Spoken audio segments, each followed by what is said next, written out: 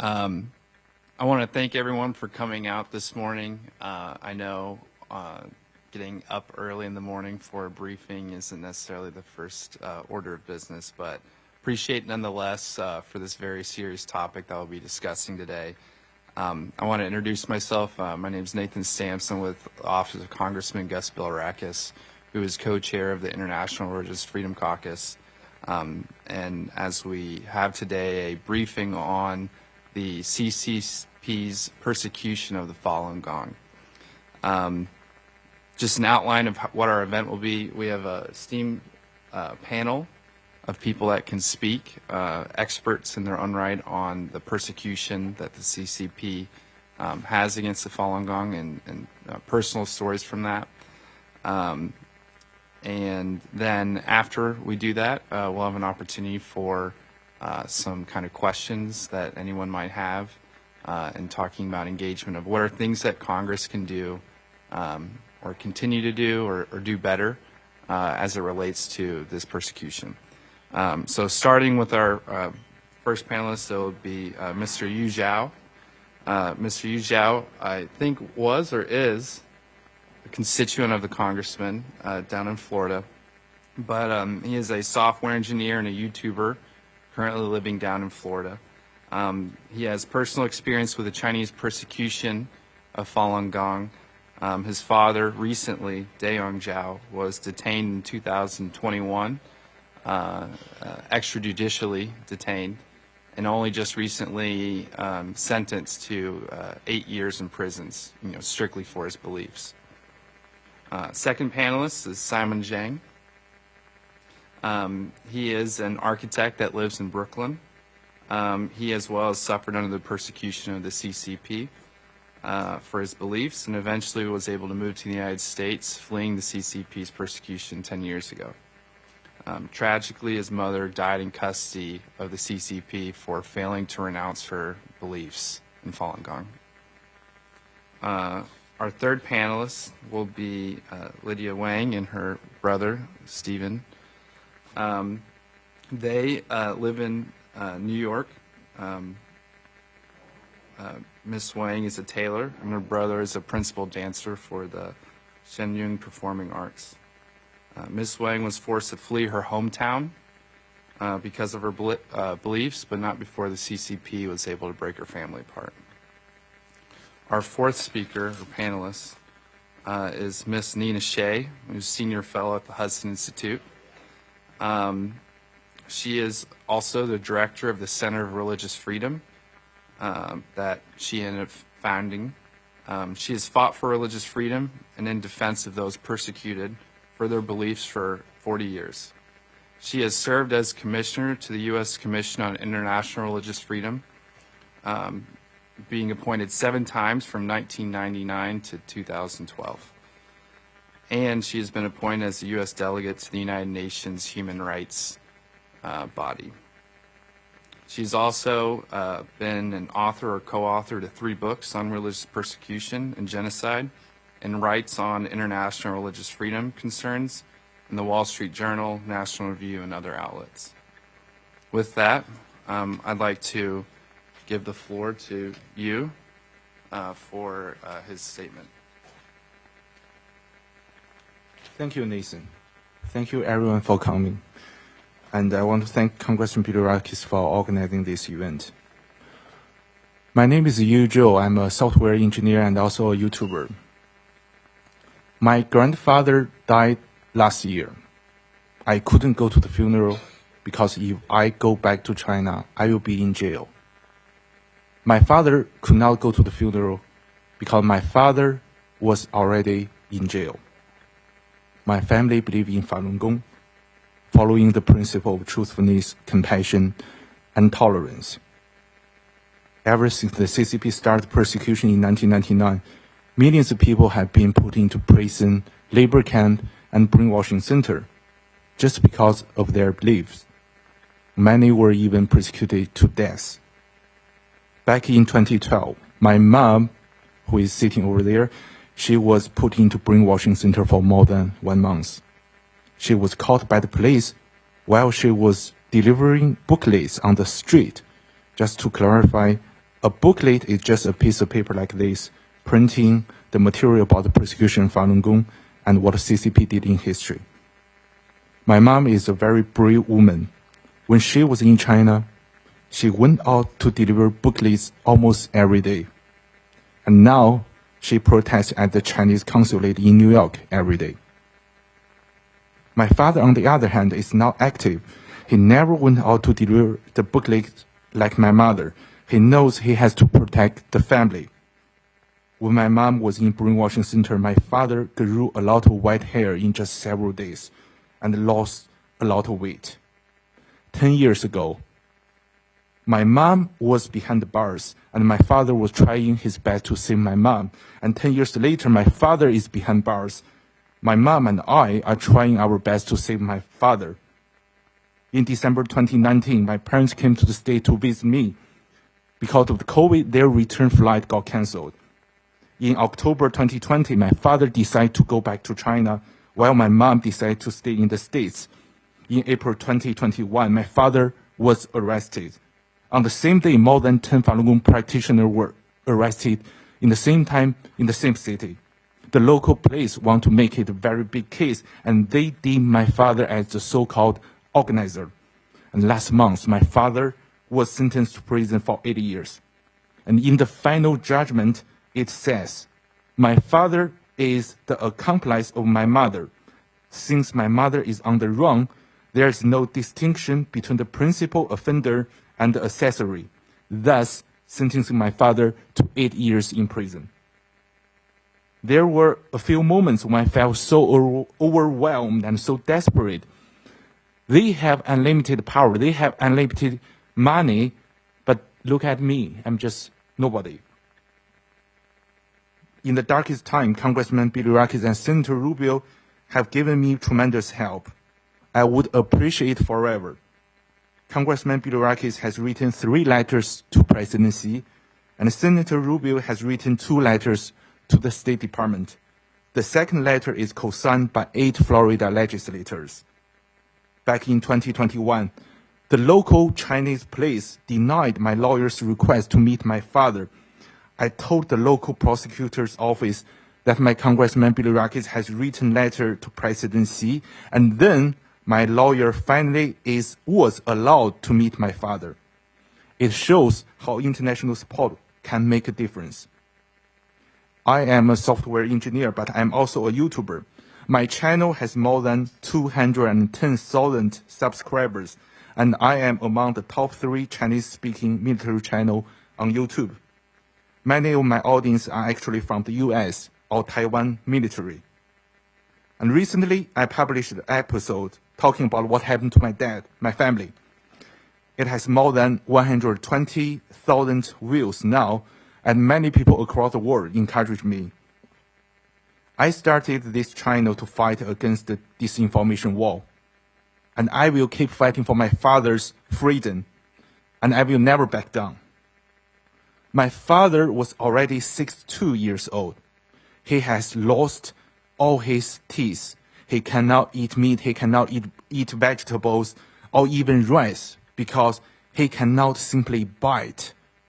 The only thing he can eat is buns soaked in soup. So please help my father and help the people under the persecution in China. Thank you everyone for listening.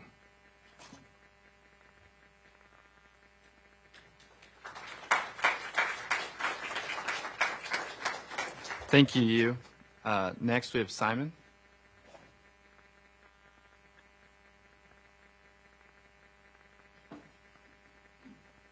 Thank you, Nathan. Thank you, everyone. My name is Simon Zhang. I am an architect in New York. I'm here to share with you the story of my mom. Her name is Ji Yunzhi. I wish she could speak for herself, but she passed away last March in detention center. No, in detention, in hospital in my hometown in Inner Mongolia, simply for practicing Falun Gong.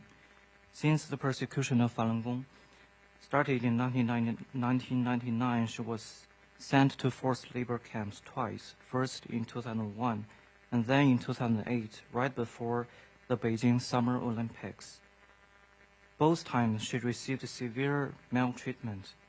For example, in 2001, in the forced labor camp, she was tortured by police with electric batons for 2 hours until she had an involuntary urination, and her face was burned. That torture destroyed her health, but the abuse did not stop there. Both times, we were only allowed to bring her home when she was about to die, due to severe torture and abuses. In 2022, she was arrested again on Chinese New Year, 3 days before the Beijing Winter Olympics. She was arrested because the police ransacked my parents' apartment and found Falun Gong books. In detention center, she went on a hunger strike to protest the arbitrary detention. The guards responded with torture, forced feeding, and humiliation. As a result, she lost consciousness and was sent to hospital, where she was handcuffed to bed for the last month of her life. They also placed iron fetters on her ankles.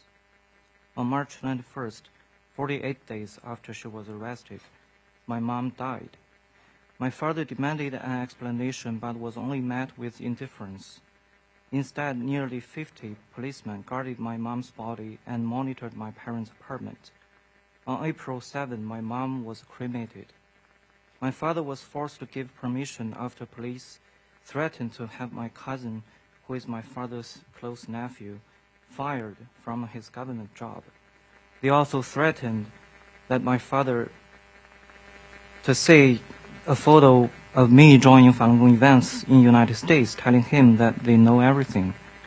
My mom had one strong wish to see for herself how people can practice Falun Gong freely in America like what I do now. A few years ago, she planned to visit me here in the States, but her passport application was denied because she practiced Falun Gong. Now she would have never have that chance. In the 65 years of her life, the last 23 were filled with surveillance, harassment, arrest, torture, and abuses. My entire family also suffered for 23 years because of this. All she did was to stay faithful to the principles of Falun Gong, truthfulness, compassion, and tolerance. She refused to give them up even in the face of physical and mental torture by the communist regime. I remember back in 2007, my mom was sent to hospital because of a seizure after being harassed by the police. In the hospital, my cousin asked her, "Can't you simply keep quiet and practice at home without distributing the truth to people? Look how much you have paid for." In a very weak voice, she said, "I can't. I have benefited so much from practicing Falun Gong. I can't keep quiet when Falun Gong is defamed so badly." Here you might have noticed that her 2 recent arrests both happened before the Olympics. It has been a common operation for the communist regime to harass or arrest Falun Gong practitioners on so-called sensitive dates. Typically, those dates are related to special events. For example, July 20th, the day the persecution officially launched in China, Olympic Games, when the world is paying more attention to China, and the so-called National Congress, where about 5,000 CCP representatives get together in Beijing, and the CCP wants to show how harmonious China is. My family is only one of the millions of families torn apart by this persecution, and my mom is just one of over 4,900 documented cases of Falun Gong practitioners who died due to torture and abuses. Another untold number of Falun Gong practitioners, likely hundreds of thousands, have been killed through forced organ harvesting. Their persecution is happening to Falun Gong practitioners all over China. As you have heard and will hear, the 3 cases we present here happen in 3 places that are far away from China, from each other in China. This persecution is much, much bigger than China's human rights issue, which we commonly hear on media. It is a genocide, in my opinion. What the CCP has done to Falun Gong practitioners is a genocide and a crime against humanity. One measure I think is very efficient in helping stop the persecution is sanctioning officials involved. The U.S. government has already sanctioned a few individuals that are responsible for some cases of persecution, and it really worked. According to fellow practitioners' reports from China, many police or officials were scared after they heard about the sanction. because if sanctioned, their children cannot come to United States for education, and they cannot emigrate to U.S. after retirement, and possibly they could lose their money that's put into U.S. banks. These things are very popular among officials in China. So I would urge the United States government to impose more sanctions on individuals that have participated in the persecution. This will save more lives. Thank you very much.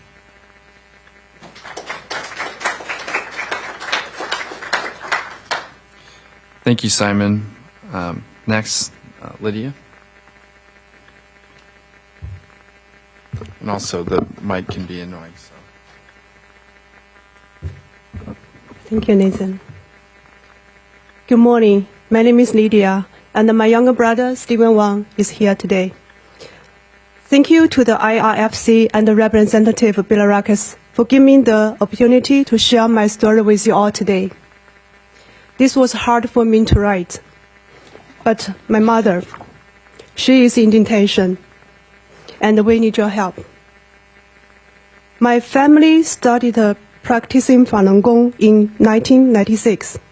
We were happy trying to be good people, but everything went down here when Zhang Zemin ordered the persecution of Falun Gong. Soon after, the police came to our door.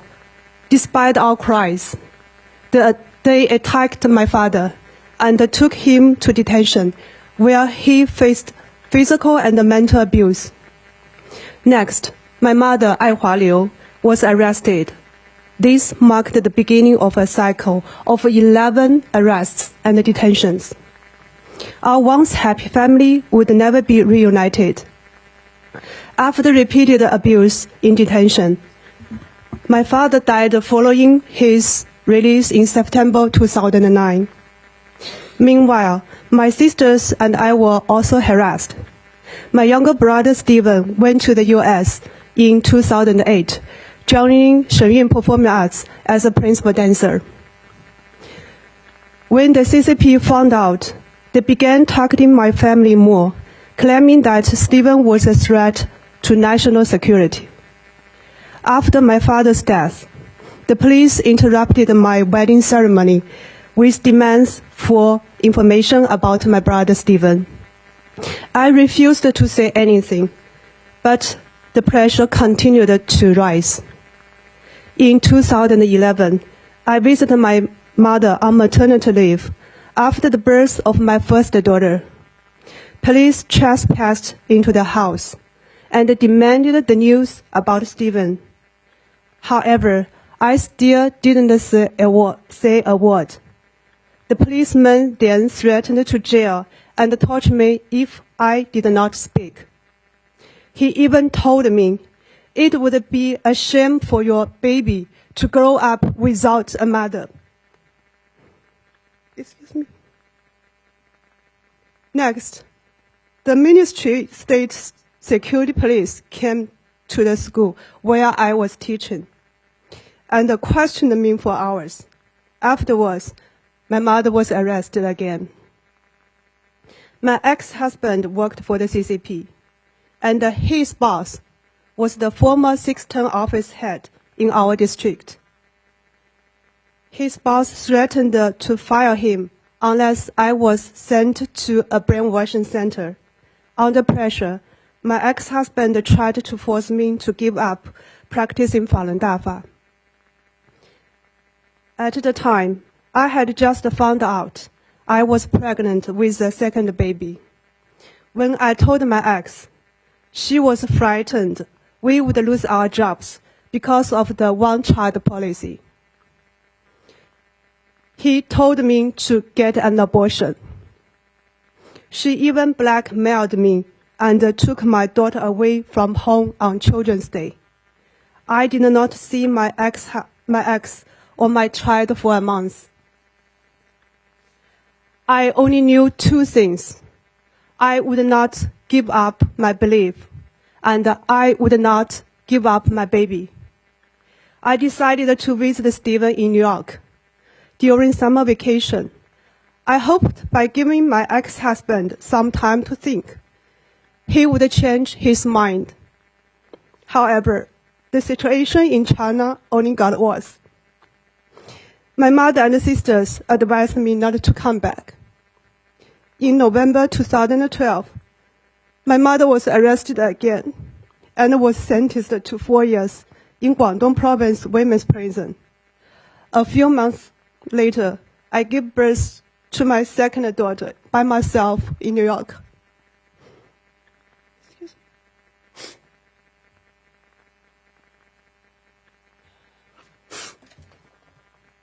My mother and our family remained separate.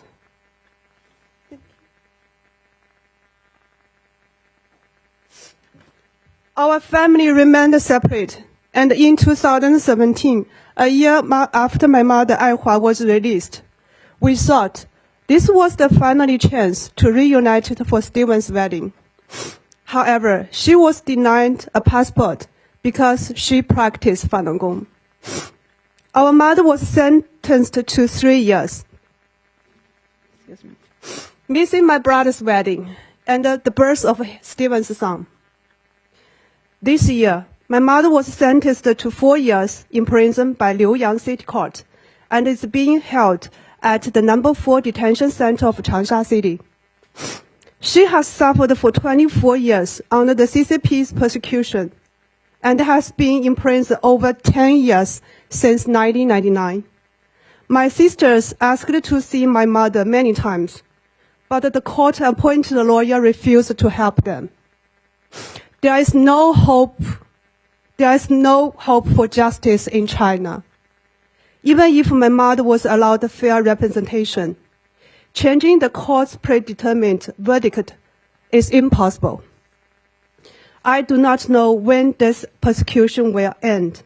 I do not know if I can see my mother again. As long as the persecution of Falun Gong continues, my mother remains at risk of further harm if she stays in China. I request your assistance in securing the release of our mother. We would like to bring her home to New York. Please also ask the U.S. ambassador to China to raise my mother's case, inquire about her condition, and call for her immediate release. Thank you.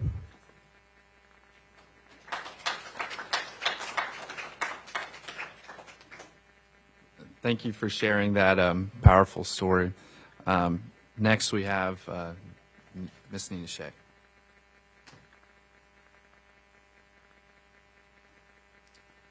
Good morning. And I also want to thank Congressman Bilirakis and the International Religious Freedom Caucus for convening this important hearing. The CCP brutality against Falun Gong is one of the world's most unrecognized and serious episodes of religious persecution and possible genocide in the world today. And I just want to make 3 points because of time. And the first is that the evidence, mounting evidence, supports mass atrocity and even religious genocide. And this includes an intent to eliminate Falun Gong by President Zhang in the past, which kicked off an effort to establish a bureaucratic instrument to do so, known as the 610 office, at both the national and provincial levels, and the near complete suppression of 70 to 100 million Falun Gong practitioners inside China. And this was accompanied with mass arrests and detentions in labor camps and beatings, torture, horrific abuse and deprivation in detention, as we've heard today, and it still continues. Disappearances and deaths in custody with absolutely no independent oversight or investigation. And around the same time that this was all happening, the world noticed that there was a booming organ transplant sector arising in China, and family members of Falun Gong started supporting their suspicions that that this sector was supplied by organs from Falun Gong detainees who were killed to order for their vital organs. It's a perfect crime because there are virtually no survivors. However, there has been much reported on it and well-documented statistics and data and analysis by scholars and human rights experts and scientists. Even UN special rapporteurs have documented the fact that Falun Gong, as well as some other religious minorities who were able to be freed from prison, had their organs screened and their blood samples tested and entered into a government database in a way that's consistent with organ transplant preparation. The second point I want to make is that the CC persecutes Falun Gong here in the United States. And this has been going on for quite a while, for many years. But this year, the FBI arrested 2 Chinese agents who brazenly opened a police station in Manhattan to persecute Falun Gong here. And this is according to the April 5th indictment by the Department of Justice. And these Chinese agents stand accused of conspiring to act as China's agents and to obstruct justice. And Falun Gong is cited 13 times in this indictment. It is part of the CCP's obsessive worldwide crackdown on Falun Gong. The House previously has passed a resolution that lists some of the resolution way back in 2004, House Congressional Resolution 304, condemning CCP's oppression of Falun Gong both in the United States and China, and lists some incidents of that occurred here of assaults and threats against Falun Gong by CCP agents on American soil. My final point is that the State Department has been negligent. Despite detailed documentation to the contrary between 2006 and 2014 by esteemed human rights advocates as Canadian Member of Parliament David Kilgour, the late David Kilgour, and human rights lawyer David Mattis, and journalist Ethan Gutman, the U.S. State Department made the sweeping and unwarranted finding in its 2018 Human Rights Report that, quote, in January 2015, the government officially, that is the Chinese government, officially ended the longstanding practice of involuntarily harvesting the organs of executed prisoners for use in transplants. The State Department's source for this claim was one Wang, whom it identified merely as a former health minister, but also who served, as when mentioned, as a longtime member of the CCP Central Committee, according to the Carnegie Endowment for Peace. And Wang was authoritatively quoted in this 2018 State Department report, saying that Beijing had zero tolerance for forced organ harvesting. And this was simply propaganda. The report of the State Department this year, which was issued this spring, failed to mention that in April 2022, the Board of Directors of the International Heart and Lung Transplant Society barred its members from supporting, participating, teaching, joint research, or submission of data at meetings with China's transplant sector, singled out China's transplant sector due to ethical concerns regarding voluntary donation, transparency, and lack of public scrutiny of its donor list.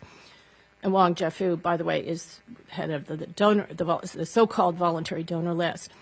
So in 2015, China acknowledged that it had used prisoners for their organs. They were killed to order for organ transplants. These prisoners most reputable human rights experts believe were prisoners of conscience, and first among them has been found to be Falun Gong. The tide is turning somewhat. The House passed this spring a bill 1154 to stop forced organ harvesting act. It's now in the Senate. China was singled out in that, and it needs to pass in the Senate. But there's also the problem of another advance has been the resolution by the International Society of Heart and Lung to ban its members from participating in this hideous practice in China. But this needs to be restricted at a national level. We need to do it across the board to prevent all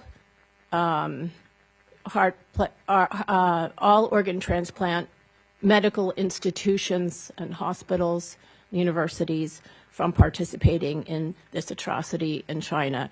And the State Department must act to do that forthwith. So I'll stop there. Thank you.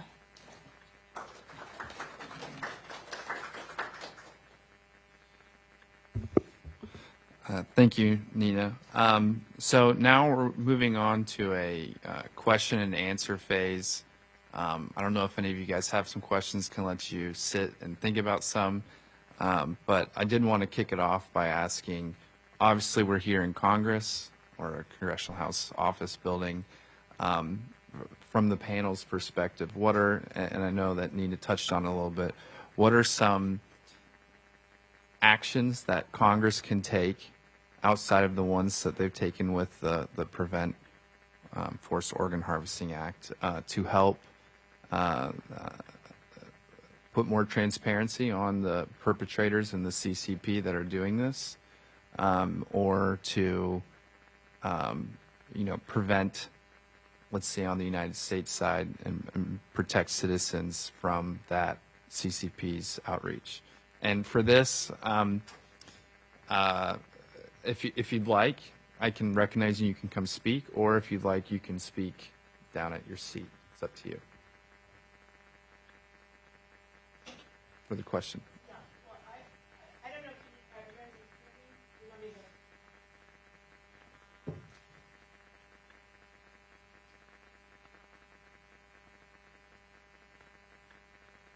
to... Well, there's a lot more that the United States and Congress can be doing. I think there should be a real focus on what American medical establishment, the transplant sector, is doing in China, the amount of funding, the training of transplant surgeons. There's documentation of over 300 transplant surgeons in China that we have helped train. There are conferences, joint research projects, general funding, specific funding. This has to stop, and it needs to have a spotlight shined on it. So I think that there should be hearings calling up the universities and hospitals, Harvard, for example, University of Pittsburgh, Stanford. These are proudly displaying on their websites that they have joint projects with China's transplant sector. This sector is, from what I have seen, the reporting, meticulous reporting about the numbers of transplant centers, numbers of hospital beds, the lack of transparency on its donors, and the low number of donors, voluntary donors for organs in China, indicate, there's strong indication that there is other sources, namely prison sources still being used for transplants, and this has to, and because there's no opportunity to have an independent verification of China's word, we can no longer believe China's word. We've seen that during the COVID pandemic. China has created a loss of faith around the world in its own explanation for its lack of data or failure to share data on the pandemic. It's just further evidence that China cannot be trusted and it needs to be verified. So I think that there could be hearings. The Senate should be pushed to pass this bill. And I think that the individual prisoner cases, it's very important to raise the names of the family members who are in prison or who have died in custody. We have those names. During the Cold War, the United States was absolutely relentless, and Congress was relentless in raising those names in every international and bilateral meeting with the Iron Curtain countries and the Soviet Empire, and it helped. It helped free those people. It helped save lives. It helped eventually delegitimize Soviet communism, and I think that we need to do the same here.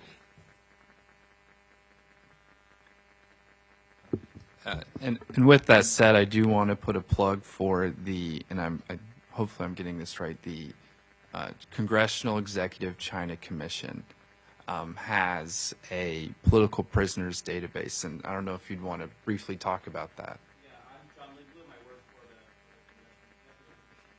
We have a political prisoner database, but we don't have enough staff to comprehensively put in and keep up with all of the cases.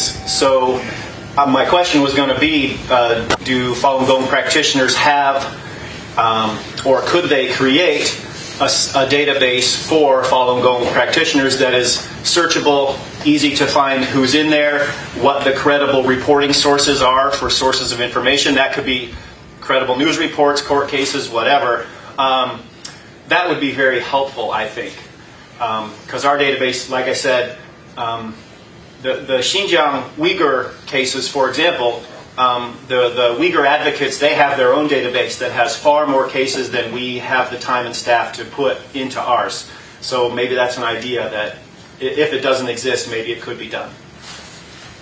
I don't believe we have a database. So there is more than 4,000 people, documented people with name, with the event has been persecuted to death. But the real number is bigger than that. Yeah. So definitely we can share the database or some can work together on this. Actually, we do compile a list of people sentenced to prison every month. And we do not have a database per se, but we do have it in Excel sheet form. So definitely I'd be happy to share them with you. With the Congressional Commission. Kind of going off of that, I'm the main coordinator for Congress for the Defending Freedoms Project, which is the advocacy program for prisoners of conscience.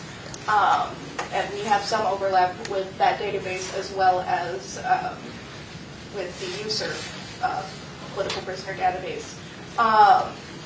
But for us, we just kind of have select cases that are more like emblematic that we have members of Congress advocate for. So I just wondered if there were any particular cases currently that you were aware of that you thought were particularly needed a significant amount of awareness at the moment. Well, we've heard some today, so I'd leave it to Falun Gong to highlight the most urgent cases, but it seems like they're all fairly urgent because the deprivation and abuse and torture is so bad in detention.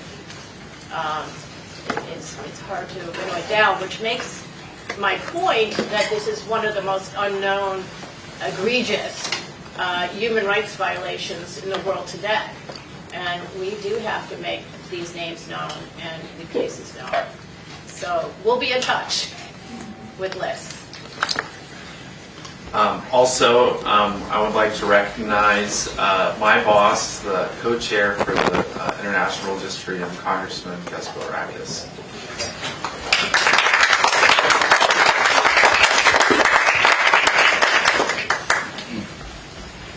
Thank you very much. I really appreciate it. I wish I could be here for the whole panel discussion because this is very interesting, and also it's really important that we protect this wonderful religion and do everything we can for not just the people that are in China, but the Americans that. And I don't know if Jung is here. Is you here? Oh, there he is. You. Yeah. This is a great friend of mine and an outstanding individual, and I've gotten to know him very well. And he's got a wonderful family, and it's just a tragedy what happened to his father. So I'll go ahead and get into my prepared remarks. But you, I welcome you to come to my office, and you can update me on the situation. But we're not going to stop fighting on your behalf and others like you that just want to practice their religion. And we have to be so grateful here in the United States of America, obviously, because we have the freedom of religion. But it's just unconscionable what happened to your father. And we're not going to stop. We're not going to stop. We're going to stay on the CCP.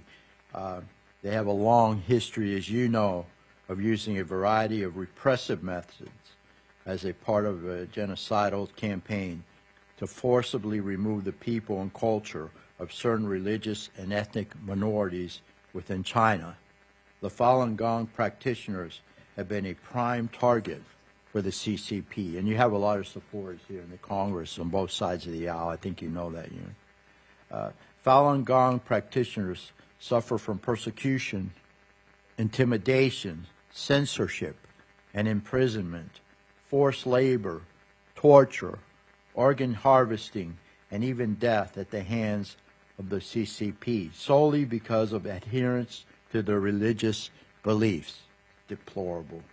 They are the main source of organs illegally harvested by the Chinese regime, and are particularly targeted for other brutal treatment and torture while being held in Chinese prisons, concentration camps, and detention facilities.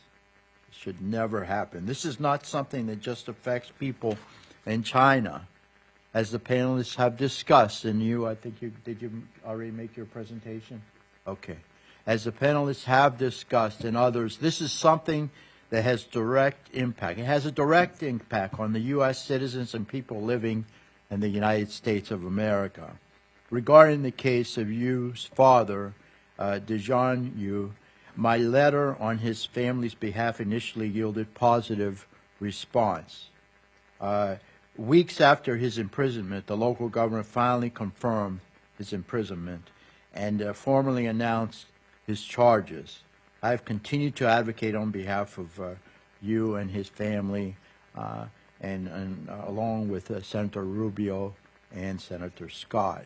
And I think you probably know the whole situation, so I'm not going to describe the story. But again, Yu has been an outstanding United States citizen, and he cares about his homeland, and cares more importantly about his people, those of the Falun Gong religion. I've also been able to discuss this with the Congressional Executive Commission on China to get Mr. Yu's case added to the political prisoner database. I will work with the Commission to make sure that the other cases brought up today will also be added to the database to amplify the mistreatment of Falun Gong practitioners at the hands of the CCP. However, Congress and the United States must do more. We must do more. I'm glad my interns are here too. I'm sure you probably can't believe that this is happening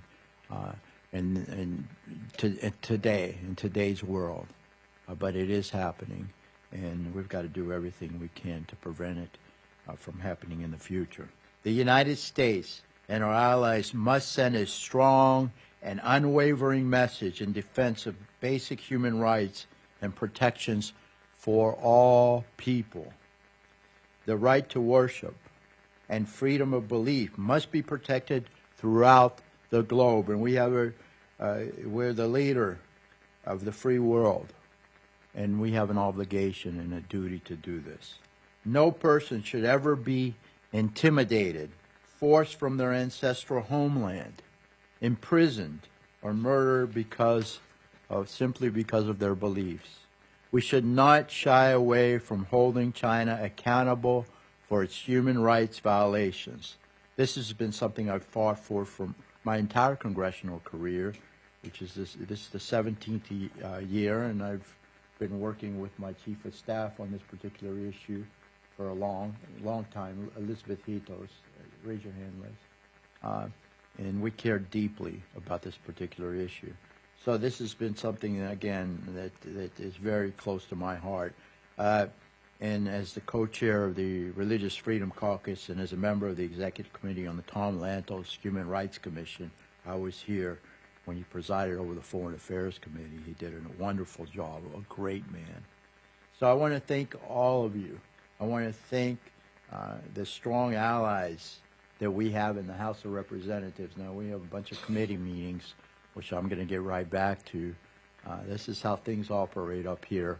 Just for the interns, no, we're doing a lot of things at once, but this is a priority for me and most of my members, the members on the commission. So, again, we will continue to fight for religious freedom and against religious persecution. My good friend Chris Smith, he may be speaking today, he feels strongly about this particular issue. He's the co-chair of the Congressional Executive Committee on China and the co-chair of the Tom Lantos Human Rights Commission. He has been a strong partner in speaking out against the CCP's persecution of ethnic and religious minorities. And also we have formed the Speaker of the House, Kevin McCarthy, as you know, has formed this Select Committee on China. And we've got to make sure that the Falun Gong is heard. And we'll make it a priority. And as you know, a good friend of mine, Ines Cantor, is doing everything he can to protect religious freedom and human rights around the world. And I work with him closely on these particular issues. So I recommend that you be in touch with him. If you have any, Nathan, who does an outstanding job for me, works on the foreign affairs. He has the information with regard to how to get a hold of Ennis, because he would be a great spokesperson for you. So I'm proud to co-sponsor the bill, Chris Smith's bill, to stop forced organ harvesting, the Act of 2023. I was also proud to co-sponsor the Falun Gong Protection Act introduced last Congress by Representative Scott Perry, and will be an original co-sponsor when it is introduced this particular Congress. I will continue to work with my like-minded colleagues to get these bills passed into law. Thank you again to the panel for being here. Thank you for the stories. Your stories are so meaningful to us. And then again, your advocacy, and everyone who has attended for helping raise awareness to the brutal treatment of Falun Gong under the CCP. Thank you so very much, and we've just begun to fight. We've got to help these wonderful people. Thank you. God bless.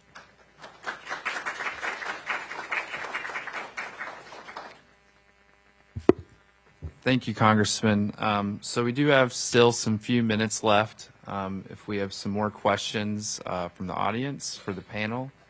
If not, I have my own. So, we've talked about things that the United States can do, but obviously, as we've seen, the CCP is working to grow its power, not only just domestically, but through international organizations. What are things that I guess the United States, but more particularly the international community, needs to be taking more seriously when it comes to the CCP and their infiltration of international organizations to, push their agenda, which, first and foremost is, persecution of Falun Gong.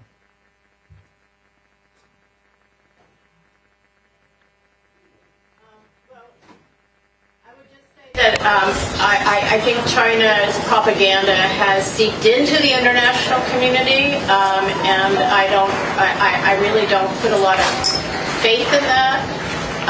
Of course, the international transplant associations need to be pushed and even forced to develop ethical standards against forced organ harvesting. We've had progress with the International Society of Heart and Lung, like I mentioned in my statement, but I think that really the United States needs to be the world leader on religious freedom. That's a role that we've historically played, and we cannot give it up now.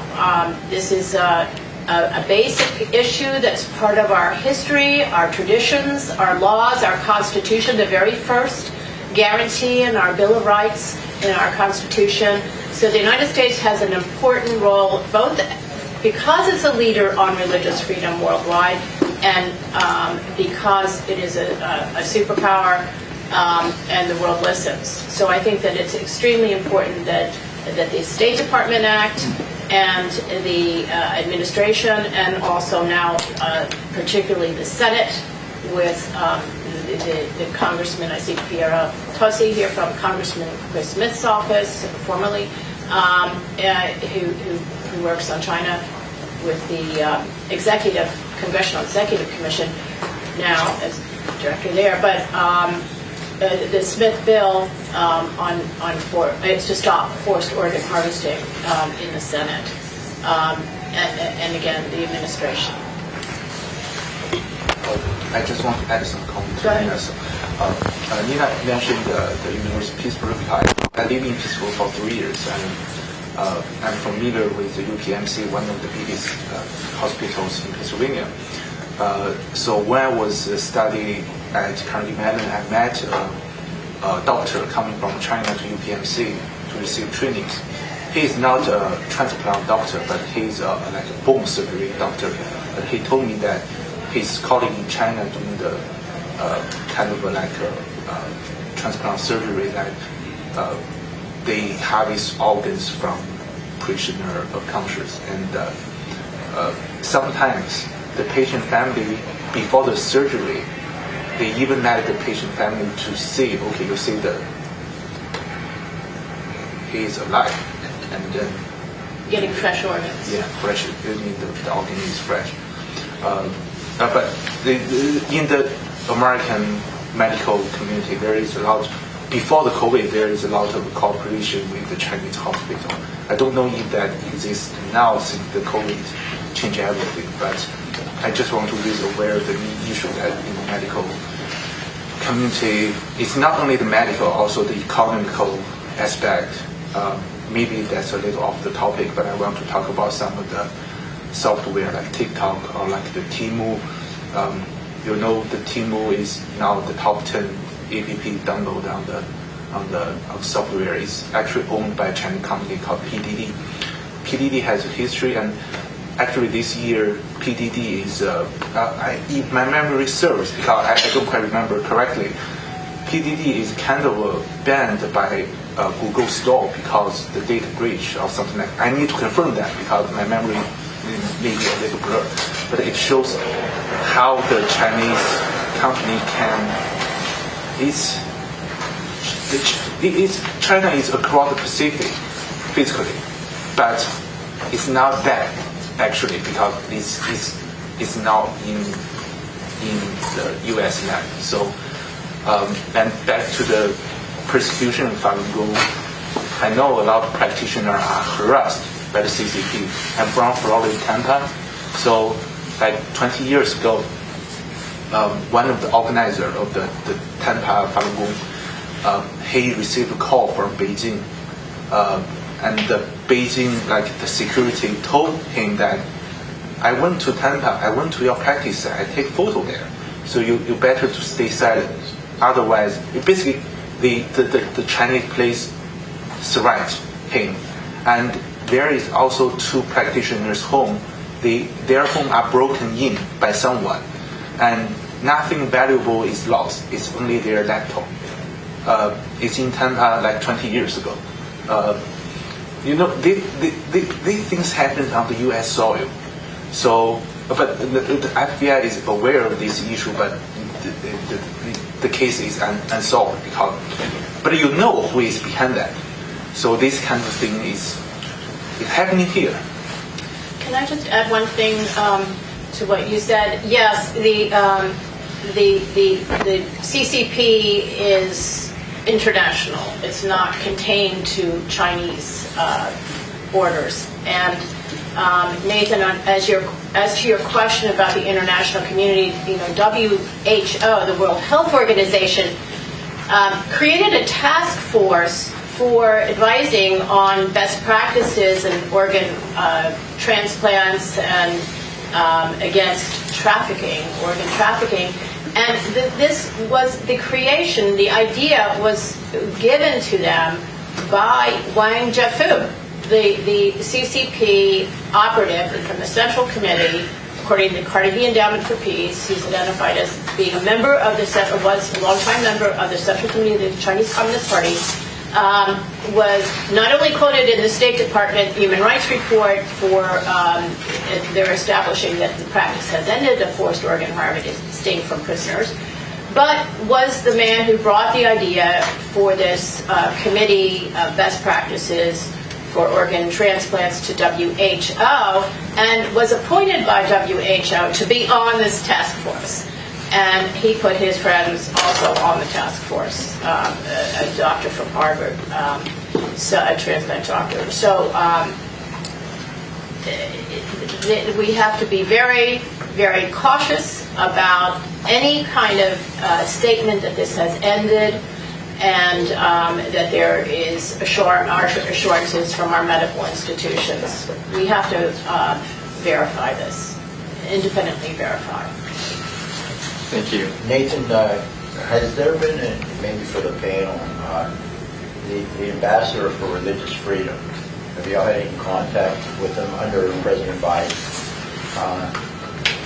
Under President Trump, we had an ambassador for religious freedom, and he was very, very active.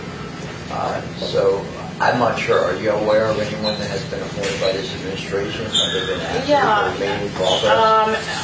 I know that they have been active on the Uyghurs, but I'm not sure. I don't see any evidence of progress on the Falun Gong situation. Congressman, I made the point that this is my statement today that this is the world's most unrecognized, serious human rights violation. One of the world's most serious, unrecognized human rights violations and possible genocide. Yeah, it's despicable. It really is. I know that we got started slightly late and we're a little over time, but we'll allow one more question if you... Sure. There was some allusion to this, but not super directly. When there's, for instance, this, police precinct set up in New York, are relatives back home in China used as leverage against Falun Gong practitioners abroad as a way of sort of coercing them from distance? That's a very common practice in general. There's a lady called Anastasia who is a Jewish. There is a lady called Anastasia who is a Miss Canada, 2017 or 2018.